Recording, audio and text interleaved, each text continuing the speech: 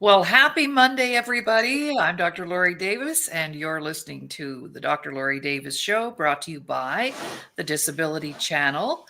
And my co-host, Sylvia Somerville. Good morning, Sylvia. Hey, good morning, Laurie. After all that snow. And our special guest today, Stephen Beardwood. And this is a man of many talents. He's been on our show before, and just catching up with Stephen after the Christmas season and so on. And really loving to have you back on the show. And we were just discussing food. So I've already made a decision that we're going to invite Stephen to come to a show and share some recipes with us about alternative ways to eat in a healthy manner. And Sylvia just threw some yogurt in the garbage when she realized that it was full of sugar. So anyway, welcome guys and gals to the show today. Over to you, Sylvia. Words of wisdom to the crew, welcoming. And then we'll introduce Stephen more Words specific. of wisdom. I think what I always believe in is no matter what other people think, you have to be yourself. Don't let people force you into playing their game. You be you, and you live your own life according to the rules and etiquette and thing that you want to be. Whoa. Oh, wow. I don't think you're old enough to join us, Stephen, yet, but we're going to do a show called Wow, Words of Wisdom, and you have to be 70 to be a guest, 70 plus. Definitely not old enough yet. You're not there. So you're not on that list right now, but you still have words of wisdom. My body might pass for that age, however. Okay. So if you were going to give some wise words this morning, Stephen, what would you say? Oh, my favorite used to be, don't let it rain on your shiny new toboggan. Cute. And I often, if I think back on that, it's like I'm just a smart ass teenager more than anything, right? Because you want to give some words of advice, right? Well, that's smart, right? Don't let it rain on your shiny new toboggan, right? Because it'll rust, right? Exactly. I would say a statement like that really is common sense, right? It's nonsensical, it's common sense. And the problem is we no longer do what is common sense. And so I think my words of wisdom would be to roll back time and let's go back and find common sense and start using it again. I love that. Absolutely. Love that. Yeah. And you just said something before the show about food making you sick. What was it you said about why would you go ahead because that's yours. Why would you put something into your mouth that you know is going to make you sick? There we go. Why would you do it, right? Yeah. If I know eating sugar and starch is going to cause me inflammation and pain, why would I eat it? Right. I should stop, right? I should make a change. But instead, I think that we're trapped in awareness with no action. Well, there's a problem. Everyone looks, there's a problem. I see a problem. We're not going to do anything about it today, though. Yeah, exactly. Yeah. Well, my words of wisdom, I put this up last week on a little post, and I had to remind myself about it because it was, the old saying, practice what you preach. Well, I reversed that and said, you only get to preach about what you practice, and the rest is BS. Right. I like that. Right. That's my words of wisdom for today. And Stephen, that would be why we have to have you back on the show because, I still put things in my body that I know aren't good for me. That extra chocolate cake or, I'm not a sweet eater much, but it's so addictive. I know. I'm completely blown away by the sheer number of people who cannot express their own will and follow through with a diet change. Yeah. And I've had a lot of people try it, and I've had a good number succeed in a 30-day trial. So, and this is normally what I would do if someone was talking to me for the first time. I'd say, okay, for 30 days, I want you to eat whole pieces of meat that you bought from the store and had to cut and process yourself, and raw vegetables that you've cut and processed yourself. You can cook them, but you have to buy them raw, cut and process them yourself, right? And that's all you get for 30 days, right? And then after 30 days, And then you can introduce 1 grain. And tell me how your body reacts to that grain. Let me know how it reacts to that apple or the orange juice, because if you eat an orange, you're getting maybe 4 to 6 grams of sugar. But if you eat drinking a 6 ounce glass of orange juice, you're getting 4 5 times that amount. You're getting 20 to 30 grams of sugar. Yeah. Right? Wow. So you see, ladies and gentlemen, what I mean? Like, we have to have him back on another show. Yay. Because today, well, we might get to more of that at the end if we run out of things to talk about. But I have a feeling these three people are never going to run out of anything to talk about. So let's talk about your book. Can we start with that? Because we have the beautiful Sylvia Somerville here, accomplished author and publisher, and now working with me to help me get my books out there. But you're ahead of me on that process, Stephen. So you've been working on your book for a while. So tell us about the book. What is it? What is it about? Well, the book is on the past 32 years now, going on 33. It's everything that I experienced and others following my medical release from the military. So I served for 17 years. I did 7 years as a commando airborne paratrooper. I deployed into Northeast Africa, into Somalia. We were forced to treat malaria that was under order of a safety study. Canada and Health Canada, Department of National Defense, everyone involved said, yeah, we'll do the study. And the reason the study was needed is because back in 1985 and published in 87, WHO did a study that found there was a 38% neuropsychiatric injury rate.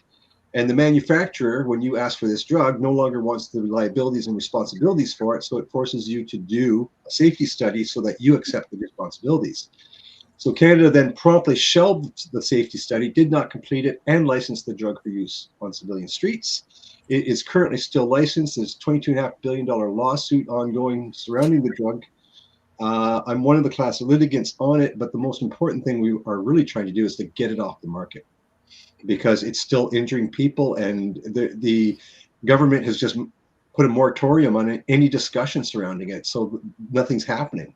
Right. So once again, we can't even do awareness on this because we can't even raise the issue.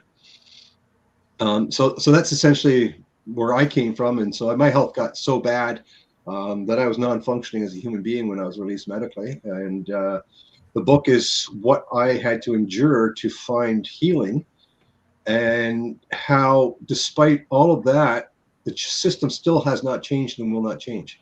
There's a guy going through everything I went through today from 30 years ago, still going through it. Nothing's changed, right? So it's like the book is about the need to create the change and the template to do it, because honestly, people just are no longer willing. It's just like the food, right? I'm still going to eat I can't give up my bread. I can't give up my potatoes, right? It's like, yeah, actually you can, but you won't. It's a choice, right? So you make those choices. You're choosing to let it rain on your shiny new toboggan. Right. So that's scary, Stephen. Yeah. Sorry. And what are some things? I know. So what are some things that you personally did to make those changes? Yourself, outside of the system, not making the changes. You made a lot of changes. So what did you do to get healthy? The first thing I had to do was leave the system. I had to acknowledge that it was causing me more damage than good. I had to recognize that I was not getting healthier. I was not having less neuropsychiatric reactions. I was getting more of them. I wasn't having less mental health issues. I was having more of them. I wasn't having less interactions with drugs. I was having more of them. Just all these things just tend to build and escalate to the point where they start burying you. And then when you almost die more frequently from pharmaceutical drug interactions than in combat. And I've watched around. Now it's 3 inches from my chest, in the middle of Africa. There's something wrong. and with that system's not helping you. And so the first step was to recognize that that was not going to help me to get out of it. And so that's what I did. I exited one system, only to realize there was not another system to enter into. And so instead we decided to design it and build it ourselves, because there's a whole group of us, and not just myself as an individual veteran. There's a whole group of us, similar types of training, similar types of thought, approaching problems the same way. And we all recognize that the system's not helping us. It's not our friend. We all left at the same time. We all came up with the same solutions. And then we started talking to each other. And as we started talking to each other, then we began to realize, hey, we can grow this, and we can start helping guys, get through that process a little bit quicker. So I know a guy right now, he's going to go through 4 years of application to get a pension for a neck he broke while in training. Right. And he's only 6 months into it. Wow. Right. And he can't work. He keeps getting fired. Right. Yeah. So he's not employable. Right. So how do you keep the guy eating food, living in an apartment when, he's badly damaged? Right. Yeah. Well, Sylvia and I have had our own discussions because we are daughters of veterans. Both of our dads were in World War II. And I did a show on that, actually. I got a group of women whose dads or moms served during World War II. But thank you for your service, for sure, and all of the veterans out there. But we were raised by those guys who were damaged. Okay. Yeah, and that impacted our outcomes. Go ahead. I was going to say that means I think you should have a conversation with my daughter, or my daughters. Yes. Not that my sons wouldn't also be privy to that, but I mean, from a female perspective, and what she experienced and what she's had to endure. All because of my service, that's a whole another book yet to come. Absolutely. And Sylvia, you want to share a little bit about how your dad served, and then I'll share about how my dad served, because it's still part of who we are. So over to you, Sylvia. Thank you, Laurie. Yes, my dad was doing a job similar to yours from your description. He used to paratroop into, behind enemy lines. And I guess I don't know what they did exactly, made way for the troops to come through, or... That would be subversion, sabotage. Yep. Yeah, special forces, right? All that type of thing. He did all that too. That was his job. He was seriously injured in World War II. He died when he was 45 because he had a lot of shrapnel in his head, and I guess they couldn't remove all of it without killing him. So some of it just sat there till it finally took him. But he told some very interesting stories. And I have a book coming out soon called Life is a Jigsaw Puzzle. Mm-hmm. It tells exactly that, how I was born in a blizzard while Dad was overseas. I was almost 2 when I saw my dad, because from the injury, he had amnesia and he couldn't be moved for a long time. So the time went by, and then he had a lot of difficulty, like most soldiers do, getting back to normal life, and the memories would creep up on them and they'd scream out in their sleep and things like that. Introducing Veteran House Alliance International Monthly 50/50 Raffle. Purchase your ticket today, link on display, and have a chance to win cash and help a great platform supporting veterans. I think people like your father had a better chances of surviving than a lot of the new veterans today, because that era lived it as a community.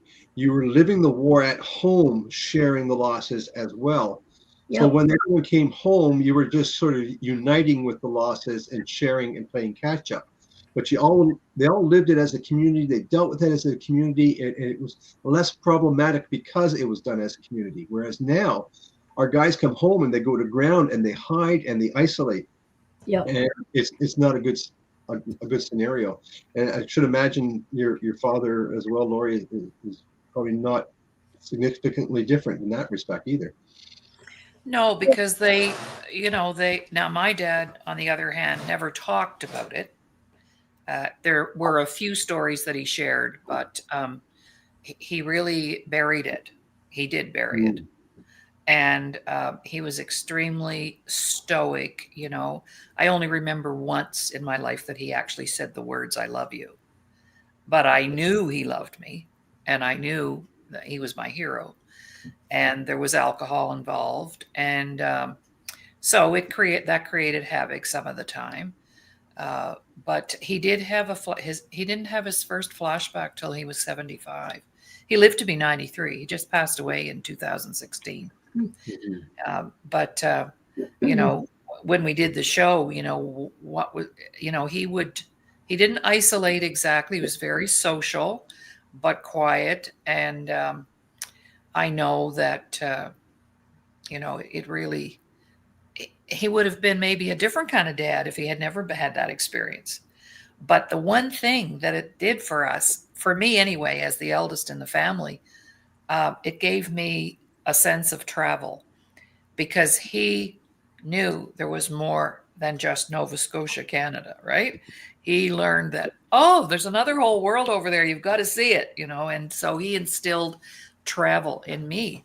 And that was because of the war that happened for him. So yeah, there were good things, but there were, to be able to communicate with him sometimes was very difficult, because he would be maybe shut down or, had a hard day at work, all that. Yeah. And Stephen, you're absolutely correct in how you describe the then and the now, because back in then, it's true. There was a big group of them, and once a month we'd all get together, and all the kids would be there, and we'd do it at the Legions. Yes. Yeah.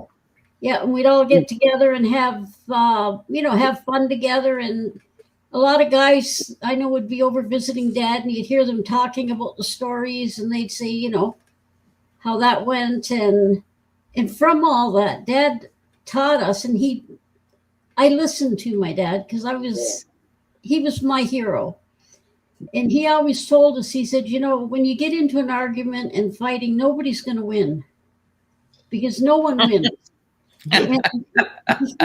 Seriously, when he taught me he said it takes a bigger man or woman to walk away, unless it's a matter of life and death. It just becomes all he said, she said. And in the end of it, nobody remembers what happened or how it happened. He said, just walk away. And he said, if people laugh at you, it doesn't matter. It's a bigger person to walk away and not get involved in it. Unless, of course, yeah, if you're going to fight with someone who really is that unintelligent that they can't grasp a concept, why would you engage with walk away? So I have a question for Stephen. So because you mentioned your daughter, and so how do you feel your military experience or lifestyle impacted your parenting? What was it about that you felt wasn't right or wasn't enough, or you were away, or how do you think it impacted your ability to parent differently? I went from being a super effective single father,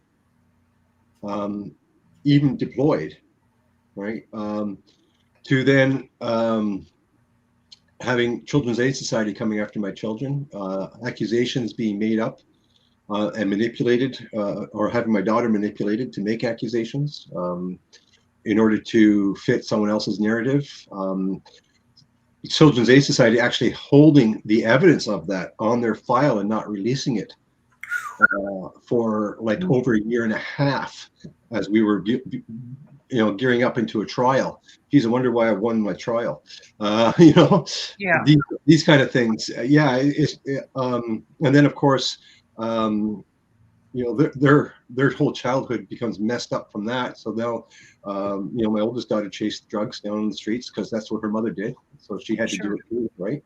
Yeah. When she finally realized it and lost her own children and wanted to come back, and then it's like, okay, yeah, I'll help you, but there's going to be some rules in place to protect both of us from each other. You know what I mean? So those kind of Sure. things. So it's learning how to have a relationship. I mean, you started off with this phenomenal relationship. I remember sitting on the grass in the summertime with my daughter, rubbing my hand on the grass, saying, "This is grass. You know how nice and moist it is, right?" And she would be grabbing the grass and pulling it and smelling it and trying to eat it. And it's like you're just enjoying the day with your daughter on the lawn, and the next minute you're chasing her from using street drugs and prostitution and gangs and everything coming at her, trying to drag her into it, Right. you just want to stop it all and you can't. Right. So, Sorry about that. that's all right. Yeah, exactly. Reacting. And Yeah. She was On that busy note- reacting. on Sylvia? on that Sylvia. note too, I found that with my dad as well, where you said like your father wasn't able to express love and everything, where on the opposite side, my dad was overly affectionate, because he used to say, and he'd tell us little stories, and he'd say, it came to the point, say he's face to face and it's a matter of you die or I die, and he said, I didn't want to kill the man, but I had to. Yeah, Because if I didn't kill him, he'd kill me. that's right. And those kind of stories. And why he always told us, he said, when you care about people, when you truly love people, don't be afraid whether it's just a male friend or a girlfriend or whatever. Come out and tell them, because you don't know. You could turn around and drop dead yourself. Yeah.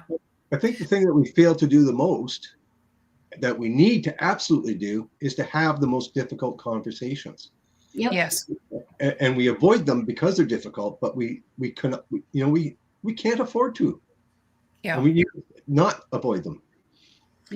That's exactly right. And that's what we hope that we do for others, is to support them with those tools they need to have those difficult conversations. There's so many times I would have loved to have asked Dad about things, but I didn't, because I knew it would go to a dark place or a sad place for him or whatever, right? So now I'd like to move the conversation, if we can, over to Veterans House. I want to hear all about it, because a lot of our listeners and viewers don't know anything about Veterans House. So maybe what inspired that, and just tell us exactly what it is that you do. Well, what inspired it was a conversation my brother and I were having back in 2011. At the time, Afghanistan, and everyone was talking Afghanistan. Right now, people still, if they're talking suicide, they're talking Afghanistan. But we've lost at least 1 in 14 from our deployment to suicide. Oof. That I know of, right? And like in my unit. Several other guys' units, like their subunits, right? The numbers are roughly the same. We've lost 1 in 7 to suicide. Excuse me, 1 in 14. My apologies, not 7, 1 in 14. Wow. And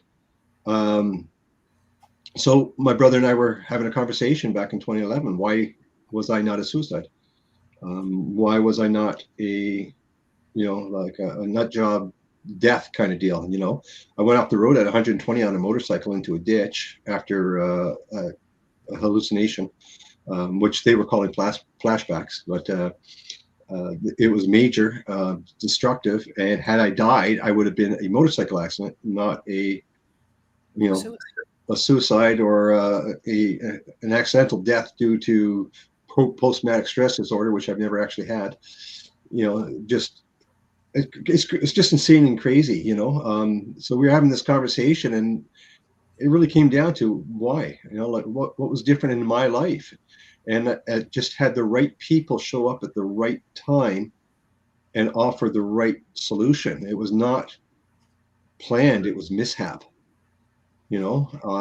and so then we started talking like, okay, well, maybe we need to talk to a few people. So we started talking to other groups that were talking about doing the same type of stuff we were doing. We started, having these multiple conversations, and we found out that all of our ideologies are all the same. But I also noticed that we weren't going to accomplish our goals, and neither were they. And part of that was because none of us had proper training for business and business development. So I took a entrepreneurial boot camp course that was offered for veterans. Came out of it with a 40-page business plan, all the financials, and about a year later, we threw it away. Well, we didn't throw it away, we now give it away. And we started rewriting it to become Veterans House Charity, Alliance International. And our goal is to help others to succeed. Because in realizing that no one was going to succeed because they didn't have the expertise, and we went out and got that expertise, we also made a decision that we would use that expertise to help others to succeed. So in fact, what we do is we help for-profits who are helping not-for-profits succeed. We help not-for-profits who are helping veterans succeed, right? So if you want to be, if you have it in your heart to help veterans, then we want you to be successful, because we would like you to be able to put your donations through our charity, get your tax receipts, and we can get them to the programs, and the programs can do the veterans. So the Discovery Channel is retraining veterans into media. We have Veterans for Healing, which is a phenomenal partnership. They're running wellness camps and boot camps for veterans. It's where I went and got training to get off of prescription medications, to learn how to use cannabis properly. Using cannabis is not just a matter of, oh, here, try this, it's great. No, it's not. Especially if you're like me and you hallucinate on half of it. So you have to have very, very strict things in place. So yeah, it's just like, it's learning to help people, but doing it in such a way that you don't need to get anything in return, right? Because what you get in return, you're giving to someone else anyways. All you are is a conduit to give, right? And that's what we did. We just set up a way that people can help others. That's awesome. It made sense. Yeah, that's that rain on the toboggan thing. Right? It makes sense. Rain on your shiny new toboggan. Yeah, that's right. Because it makes sense. Common sense. Yeah, it makes sense to help other people that need help. Yeah. Right? It makes sense that if somebody's dying, you sit with them and spend 5 minutes, and comfort them. It makes sense. Yes. It doesn't make sense to abandon them and force them to die in a room alone because you're afraid. That doesn't make sense. Yeah. Well, it's like people who say, well, I don't go to funerals. I don't like funerals. Well, who likes a funeral? Nobody. But you do it, to support the families. And actually, I just read recently, when somebody's passing away, or if you're there when they pass away, you should sit with them for 30 minutes and just let their soul, So I've already told Ron that. I said, if anything happens to me, you don't leave for 30. You have a half an hour. You're going to have to spend another half hour with me. I know. Yeah. And when my wife passed, we spent several hours. That's awesome. We were in no rush, and we didn't care what anyone else thought. That was our time. Yeah. Well, Sylvia has a powerful story too. She nursed her husband for 12 years. Yeah. Yeah. And when he passed, it was something I've never seen before, and I knew he obviously went to heaven, because I watched him lay there. He hadn't moved or spoke or even opened his eyes for 3 or 4 days. And then in the middle of the night, he suddenly just sat bolt up straight with his arms stretched out. And me, I grabbed a blanket. I'm saying, you need a blanket? And in that few seconds, I realized he didn't even see me. He saw something, someone. Yeah. He was reaching for, with a big smile on his face. And like, I knew something, he was reaching for someone, his parents, angels, I don't know, but something. And then he just kind of fell backwards. And I sat there for a bit, and I thought, okay, was it what I think it was? And I was still holding his hand, and he started getting cold. So I went and got the nurse, and I said, I kind of think he's gone.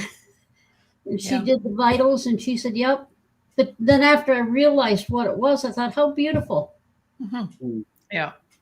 The Disability Channel would like to thank our existing sponsors: We really appreciate the support and kindness from the BIAs across the GTA, Ontario, Canada, and our friends in the USA. We love making new friends. Thank you for supporting our existing employment programs. Yeah. Well, my wife was just so strong and unbelievable. Like, she was at peace even at the time of diagnosis. It was very quick too. It was only 13 days, but Oh my goodness. she was just totally at peace. Wow. Yeah, set the tone. Yeah. And I think that's important. Because I think we do set the tone of our own death as well. Yes. We do. We do. Yeah. So we've all been lost my first husband when I was 34. So I was fairly young. And so we've all got that common thread there. So back to Veterans House, how can we contribute to Veterans House? How do you, what do you do to raise money? What do people do to support you financially and otherwise? Yeah. So if you have a particular, like, for example, if you want your funds used deliberately for re-education, for example, right? Then we're going to send them through the disability channel for the retraining. If you, we have a couple other programs which are running as well. So if you want to, for example, if you go onto our website or through Grant Advance and stuff like that, you just simply designate where you want your funds to go, and that's where we're going to send it, right? So if you want them to be used in a particular way, designate the way you want it used, and we will use it in that way. If there are no programs at that point, we'll try to hang on to it and develop it, and see if we can get someone to run it. Keep in mind, we don't run the programs ourselves. We look for partners who run the programs. We provide the bursary for the program to run. And we also provide the oversight, and that's the more the critical thing, because a lot of people can't get funding for lack of oversight, right? So in other words, if I have a foundation, I've got money, and you've got no oversight, am I going to give you my money, right? Because I don't know what you're going to do with it, right? Right. I want to make sure that you're going to use it the way I want you to use it, or the way you've promised to use it. And so what we do through the partnerships is exactly that. We have a Schedule A contract. Basically, it's an open contract that says this is the way we're going to conduct business with each other. And then we have an amendment or an annex that attaches to that, an Annex A, and a Schedule A. And the Schedule A dictates the programs specifics, right? So this is where the money is being used and how, right?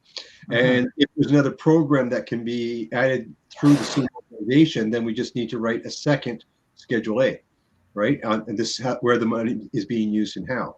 So through these Schedule A's, we do financial accounting, and at any point in time, a donor can actually turn around and say, hey, how did you spend my money? And we can turn them around and we can give them a snapshot of how their money has been used and is being spent.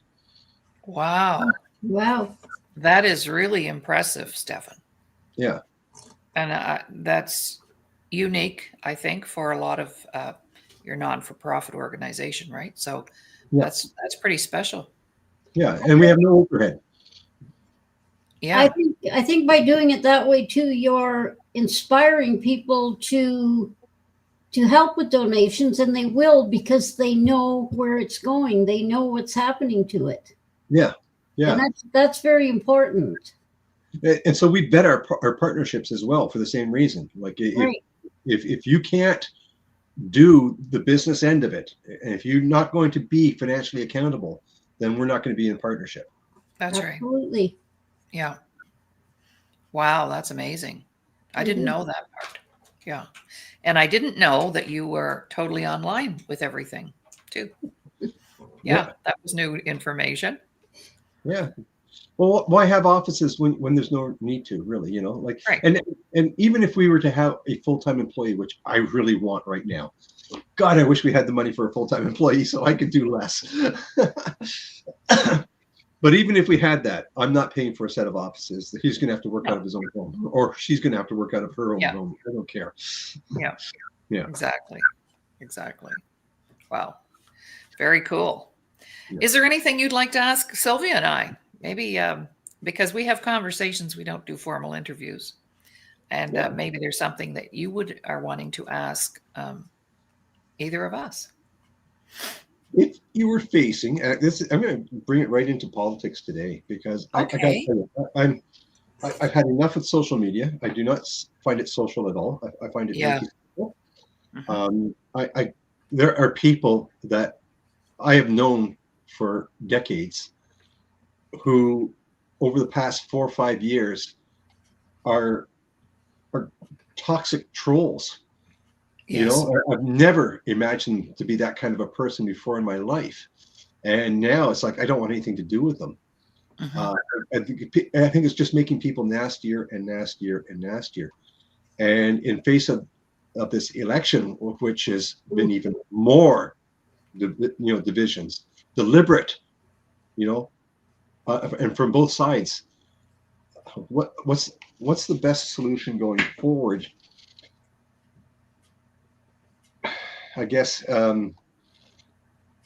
without being completely disengaged, how do you engage with people that are like that? Like, they're narcissists, and I don't want to be around them. And there seems to be more of them today than ever. Like, how do you? Well, when I started my business 32 years ago, and I realized that change had to happen then, that was 32 years ago. I had this mantra, one person at a time, one family at a time, one community at a time. And we've turned whole communities around, and where I'm living proof of it. I've visited them, and you couldn't even recognize the reserve that I'd worked on. So it starts there, and then, of course, that's what inspired my book, which Stephen has purchased a copy, Sylvia. Excellent. 21 days of happiness, joy, and inner peace, because it all starts with us. So eventually, if we multiply our happy, peaceful selves with other happy, peaceful selves, then we have our own community. And we have that community already. And I'm going to invite you, Stephen, to join us. We meet every Monday night at 7:00. And I think that's what we have to do, and allow people the freedom to, like Sylvia said in the opening remarks, just to be you. In the midst of all the chaos and all the confusion, there has to be that stable, peaceful factor. So we're going to do 12 books this year with all of the tools that a person would need to be able to achieve that. And I want those books in the hands of every young person, because they're written at a grade 3 level. Yeah. Right? I want my books in the hands of all of our young people, so they can start shifting this, and they have to use this to write. Can't do it on a computer. You can't do it on, it's just you and that book. And that book becomes your new best friend, actually, because the book is actually talking to you. So that's what I'm going to do. And then I'm going to get people who are in high places that I know to buy thousands of copies and distribute them to their organizations, their schools, their whoever, because it's going to be contagious, if you will. Well, it's going to be another pandemic, but of a different kind. Sylvia? To take that point to where it should be taken, I mean, I've read the book because I'm publishing the book. That book should be a compulsive reading and working within the schools. And it also, I know, not just some, you know what, just every politician should be made to take that course, read that book and do the work. We just might have a better world. So that's what we're up to, Stephen. You want to play? Yeah. Well, you did. You already bought a copy, so you're in the game, man. No, it's serious because it's good. It makes people think. It's not just a book you're going to read and it's adventure and things like this. When you start to read it, even the first couple of pages, you think, that's right. Now, why didn't I think of that? Or why haven't I done that? It actually makes you start to find what's inside of you. And never mind what somebody's telling you to do. You have to always do what is within you. You can't let somebody say, "Oh, you should buy a red dress," even though you want to buy a yellow one. That's right. But some people will do that. And the part that Stefan's going to really love, there's a couple of chapters in there on nutrition. So just what you're talking about, they have to record what did they eat today, and how much of it was serving them or not serving. You're going to love it. I just know it. So I don't know if that answered your question, but, I hear people say, well, I'm going to change the world. And I'm going, good luck with that. I think you're right. One person at a time. One person at a time. But that person needs to start, the person you need to start changing the most. That's right. With you, yourself. Well, who said it? Gandhi, be the change, right? Be the change, exactly. Be the change. And I'd like to make a little addition to that, one person at a time, not just one person at a time, but one animal at a time. Seriously, the cruelty that's going on out there, it's just... Oh, yeah, people are insane. How can you... if you can't treat a poor defenseless animal with respect and love, how do they treat people? I can't help wonder, what are they doing to people in their life when they're doing that to animals? Same thing. It's all connected. Right. So back to you, Stephan. What are your thoughts on what's going on? And certainly we're in very chaotic times. It's not the first time we've been there, but, back to back with COVID, we're just starting to recover from that. So over to you. I think it's a lot more cyclic than we really probably want to admit. Yeah. I remember seeing a timeline. This was quite a few years back when the encyclopedias were first becoming digitalized. So you can buy digitalized books, right? Yay! So we got ourselves a digitalized encyclopedia, but it was really cool because it had a timeline laid out of every conflict globally, followed by every treaty, followed by treaty breaches, followed by the next conflict. And you could actually watch it move around the globe, literally, through this historical timeline. And you could see every couple hundred years, there's this uptick in wars, right? And they went from regional wars, right, finally into that massive big World War I, right? And then almost immediately it began again and built up into World War II. And then immediately again it built up, but they managed to keep it over into the Asian Pacific continent, So that kept it to Korea and Vietnam for a while. And then we had a lull, right? And then we started seeing the escalations beginning again. And I think this is where we're at. We're at the beginning of a long sequence of escalations of minor wars. I say minor because they haven't spilt over the boundaries yet into the other countries, but they will. Like we've got something like in Ukraine, which is still regional. Stuff like, I don't know. Like I just see, I see it collapsing. And the reason I see it collapsing is because people are not willing to make one simple choice, and that's to change themselves, right? And if they only made that one choice, the rest of it would change. That's right. So let's go. We're going to spread it. It's contagious. It's contagious. You hit it on the head. You can change one person at a time. You start with yourself, and then you influence another person, and then they'll change. And that's right. Because what happens when you drop a pebble in a pond? Ripples. Right. Yes. And I was telling a client this morning, the gentleman I'm working with, I said, the fact that you're the one person in the family here working on you will change your whole family. Yeah. It can't, because once I make a change, that forces the people around me to respond differently, to speak to me differently, to.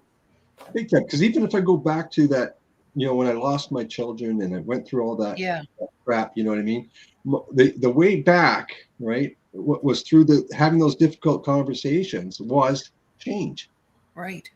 I could still change. I could still grow. I didn't have to be damaged for the rest of my life. Oh, maybe I will be, but I don't have to be so damaged for the rest of my life that I'm not functional. That's right. It's a decision. Yeah. We welcome you to advertise and promote your goods and services, and or brand your logo to 34 million subscribers on Canada Talks 167. Your investment will go towards our employment programs in the media industry for persons with disabilities and veterans. It's a decision, right? So, one of our the whole self-worth journey has been 32 years. And constantly, everything always comes down to that as well. So we know. Very fascinating that you started this journey the same time I did. I know. That's weird. Oh, wow. Is that how long ago it was for you? November 92, first time I took mefloquine. Yeah. Opened my doors for business in July of 92. we were prepping for war all that summer. Wow. Getting ready because we knew the deployment was coming. Wow. And that's another thing people don't realize is that if there's going to be a war, we know about it a lot longer in advance than you'll ever believe. Yeah. Because the mobilization to get equipment anywhere in the world, Canada doesn't have the equipment, so first it has to purchase it. Right. So when they start purchasing equipment, you know that war is coming. As long as they're not doing it and they're ignoring the military, war's not coming. Wow. And you notice there's a lot of people applying for the military now. Is that right? Is there an increase? I saw a documentary on TV, and all these young people are signing up for all phases: land, water, and sea. Land, water, and air. Pardon me. I'm not sure if was that in Canada, because that was Canada. Wow. That was Canada. It was only on, I don't know, about 2 weeks ago. Because I know my son asked me about, he's a fire suppression systems analysis. He designs and inspects fire systems for buildings. And he was asking me about joining the military, and I said, don't. Hands down, right now, it is not the time. They have no equipment. They have no training. They have the opposite agenda of what they need in order for you to go into combat and survive. Just stay away. Right. It's a death trap, and they will not support you if you're injured. So Stephen, I'm just forgetting the drug. Mefloquine. I never can remember the name. Yeah. Mefloquine. It's marketed or licensed under Larium. Okay. And the purpose of it was to do what? It was supposed to stop you from getting malaria, but it makes you way worse than if you had ever gotten malaria in the first place. I would take malaria over the drug. Okay. And I forgot. I knew that. I had forgotten it. The other part was you don't see malaria in deserts anyway. So why were they giving it to us in the desert? Holy! And this is going to be all in your book, right? It's in the book. Oh yeah. Oh yeah. Mm-hmm. Chapter 1, probably chapter 1. No. Yeah, so I think that was a very good question, Stephen. That prompted some good conversation there, and I've always been I've always had much bigger agendas than I talk about. There's a big reason why I do what I do. Absolutely. Way bigger than me. It's not even about me. I don't feel. It's just, I just had the interesting thing, communication. My dad was in the Signal Corps during World War II.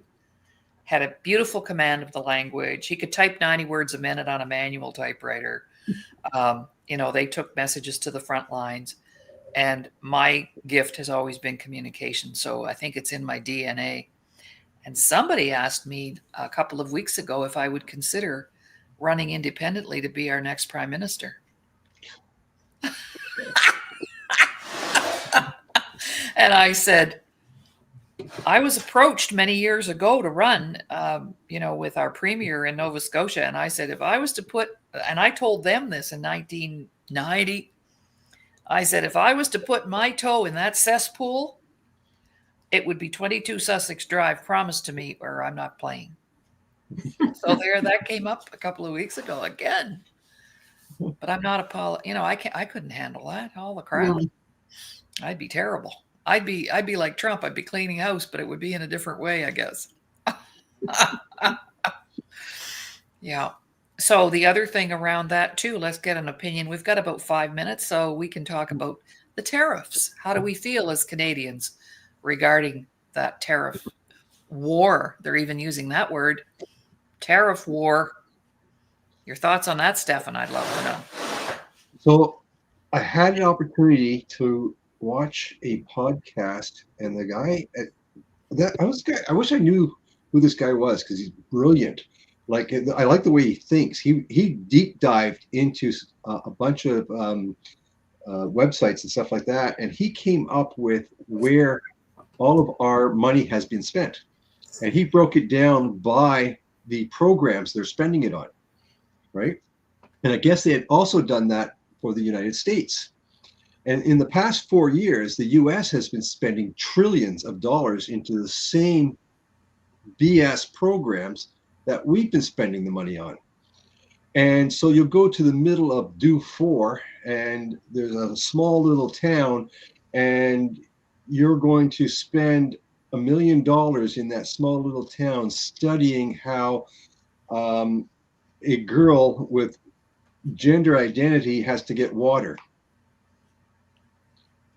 Oh yeah. What? And it's like, what? You're actually paying someone to do that in that, like, I'm sorry, but this is money laundering. Yes. Right? After watching what this guy uncovered, like, if you read the descriptions, like, they're just insane descriptions, right? And it's trillions of dollars from the US, from Canada, and probably most other places. I think this is an expulsion of the World Economic Forum. I think that they've advertised very proudly how they've infiltrated our cabinets. I think they've advertised very proudly how well that they've manipulated our spending and our tax dollars to be spent outside of our country. I think it's laundering our money into their pockets and coffers. And I think that's just a case of follow the money. So I suspect what Donald Trump might be doing, don't know, because I really don't like the guy either. I think he is a buffoon, but he apparently is a little bit more intelligent than a lot of them, because he got elected twice as the US president. And the bottom line is, I think he's going after the woke left and getting them out of our politics. It's the only thing that makes sense to me, because the war doesn't make sense. The tariffs don't make sense. Destroying our economies mutually, destroying each other's economy, that makes no sense either. So I don't think it's about the economics. I think it's about the reversing the past 4 years. I think society's gone too far down a slippery slope, and it's just auto-correcting. At least that's my hope anyways. Yes. That sounds logical. That's more rain on the new toboggan. I don't think that Trump, I don't think Trump is calling all the shots. He gets out there and he jabbers his nonsense. Yeah. It makes no sense and all that, but somebody else is actually doing what they want to do, and he has no control over it. And that's why he got elected, because he had the big power behind him that he doesn't even realize are there. He thinks he's in charge, when in reality he isn't. Yeah, it's interesting to know who is who is behind the curtain, so to speak. Yes. Yeah. We know up here in Canada, the Mears family has financed and payrolled every politician who has become Prime Minister of Canada with very, very few exceptions. Yep. And those few exceptions were the ones that did not last. Yeah. Joe Clark. Yeah. Right. Being one of them. Yeah, that's for sure. Yeah. Well, listen, our time is up. We have to have you back. Like, I mean, seriously, I want to. I am a lot more available now than I was. Yeah. I'm still playing catch up. Yeah. But I am much more solid footing than I was. So. Oh, well, that's great. I'm really glad to hear that. And we were very sorry to hear about Val. And you and your family it looked like a really good Christmas, which was great. Yeah. And so we're with you and we're here for you anytime. And we'll have to have Stephen back to do a book review. Absolutely. Yeah. So that's two shows, book review, and then, expanding our conversation based on that tool. And then, of course, we have to have a cooking class. Yeah. And once I finish reading your book, I'm going to pass it on to my daughter, and I'm going to introduce you to her because I think you two need to have a conversation. Oh, that's great. I'd look forward to that. Okay. So we'll see everybody in a while. We're back tomorrow with Dr. Ramin Modiri. On Tuesday, we do politics, business, finance every Tuesday at 2:00 your time. And we've had shows on the tariffs, and he lives in California, so he's an American, and he has his finger on the pulse of everything around finance and so on. So we'll be back tomorrow. He's on our team, actually, Stephen, and I think you may have met him once online. I'm not sure. And Sylvia, back to work. You're getting back to work on the book. I'll spend a little time on that this afternoon myself. Right. And thank you so much, Stephen, for being here today. My pleasure. Thank you for having me. It was nice meeting you. It was me. I enjoyed meeting you as well, Sylvia. Thank you. Thank you. Okay. All right. Everybody wave goodbye. Don't do it like anybody but you. Oh, the queen. Yeah, right. You stop that. That's funny.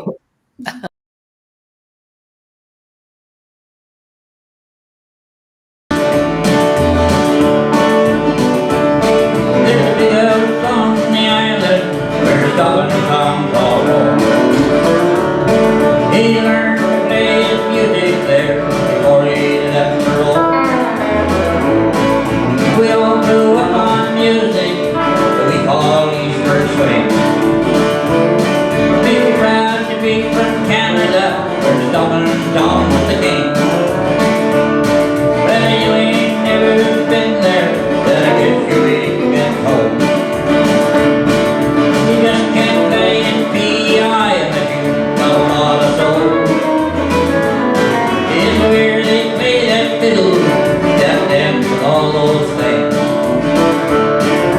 Be the first to tell you, Stompin Tom is their king. You can hear him on the old TV or on the radio. He plays that kind of music that will make you get go.